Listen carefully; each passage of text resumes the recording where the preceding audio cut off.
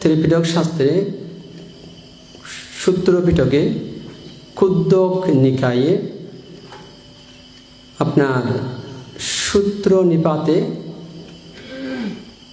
সেখানে ব্রাহ্মণ ধম্মিক একটা সূত্রের মধ্যে বুদ্ধ শ্রাবস্তীর জেতবন বিহারে অবস্থানকালীন সময়ে এক ব্রাহ্মণের সাথে বুদ্ধের যে বাক্যালাপ হয়েছিল, সে ব্রাহ্মণের নাম ছিল ধম্মিক ব্রাহ্মণ, ধম্মিক। তো ব্রাহ্মণের সাথে যে আলোচনা হয় তখন বুদ্ধ ব্রাহ্মণদেরকে উপলক্ষ করে বললেন, দেখুন ব্রাহ্মণেরা,